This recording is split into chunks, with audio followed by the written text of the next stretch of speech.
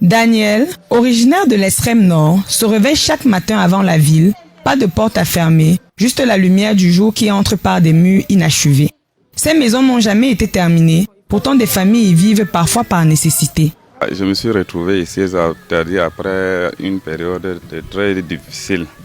Donc j'ai demandé à mon frère, comme celui qui gérait ici, là, que est-ce que je peux trouver un espace pour vivre. Il m'a dit ok, il n'y a pas de problème. Il m'a donné un espace où je vis avec ma femme là-bas dedans.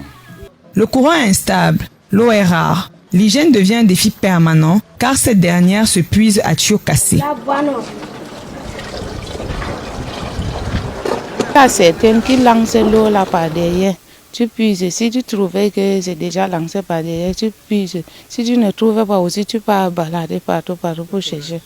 On est venu là, il y avait la toilette ici par derrière, mais il y avait aussi le courant.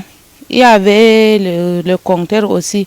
Et madame de la propriétaire, elle est venue enlever le compteur. Elle a laissé le courant, on a branché ça en direct.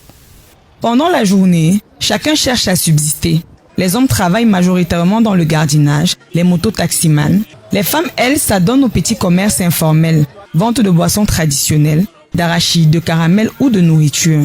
Devant le bibi, mais l'argent, il n'y a pas l'argent. Il n'y a pas l'argent dehors, on va faire comment? Et vendre petit. S'ils trouvent 5 000, même 10 000 là, et veut acheter les nourritures à mes enfants. C'est bon. Je ne paie pas loyer, donc je reste sur place là que je travaille. Je fais le gardiennage, donc j'ai déjà quand même 19 ans là. Je ne suis pas dans les MPS quand même, je suis comme ça. Et pourtant, au milieu de ces murs bruts et de précarité permanente, la vie trouve ses respirations le soir autour d'un verre de bilibili. On rit, on danse, on échange. Ouais, les pays vont bien. On est fiers de nous, alors.